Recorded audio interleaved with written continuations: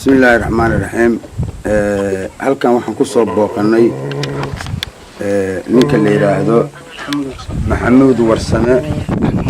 oo konton jir ah konton iyo shan sano jira sida la ii sheegay inay 10 sano meel yaalay oo xanuunsan saakay ayaa waxa ay sheegay qayb dadweynaha kamid ah wiil booliiska degmada Cadaada kamid ah in ninka uu meesha yaalo waxa weeyaan meel xibin u shaqeynaysa isii jirin oo aan maskaxda taasa jaban waa paralysis inta kaleeto waa dhiikar sinna ka jaban yahay 10 sanana uu meel yaalay bahal hadduu cunayana uu iska qaban karin wax hadda maaragtay caawimaad ah oo si degdeg ah emergency ah oo aan ka geysano jawaabana ma jirto laakiin insha Allah waa isku daynaa inta karaankeenna ah horta marka koowaad waxaan Ilaahay ka baryayaa in Ilaahay caafimaad siiyo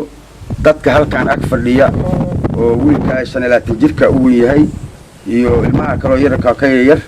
iyo gabdhaha dhammaantood waa dad reer miyi ah oo xoolo dhaqato ah baadiyana ka soo qaxay xoolihiina ka dhamaadeen wax beer adduunyana aysan u harin waxaan ka codsanayaa bulshada Soomaaliyeed dal iyo dawlad meel kasta joogaan in ay si degdeg ah meel kasta joogaan caawiyaan suuxa Soomaaliga ah dhibban waxaan la xanuunsaday asaga xanuunsan iska dhaaf 10 qof oo la joogto waxa ay haysan lama arko cid islaameed ay dul fadhiyaan meel ay aadaan iyo wax ay maanta dib u laabtaan ma haystaan odagiina meeshaas u yaala waxaan ka codsanayaa mar koowaad iyo mar labaad iyo mar saddexaad bulshada Soomaaliyeed meel kasta joogaan inay si degdeg ah u caawiyaan shaqsiga dhibban oo meesha yaala Maxamuud Warsame dhinac dhanaa maartay dareernas noqday bacdina dhinacii kala ku darsamay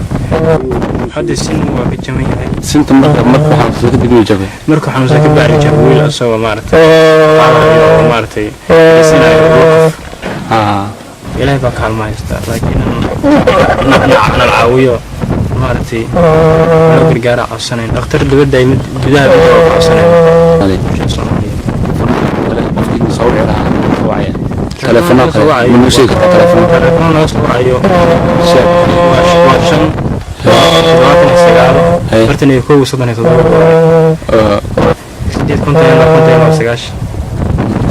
ما اسمع برنا الكويس حريرك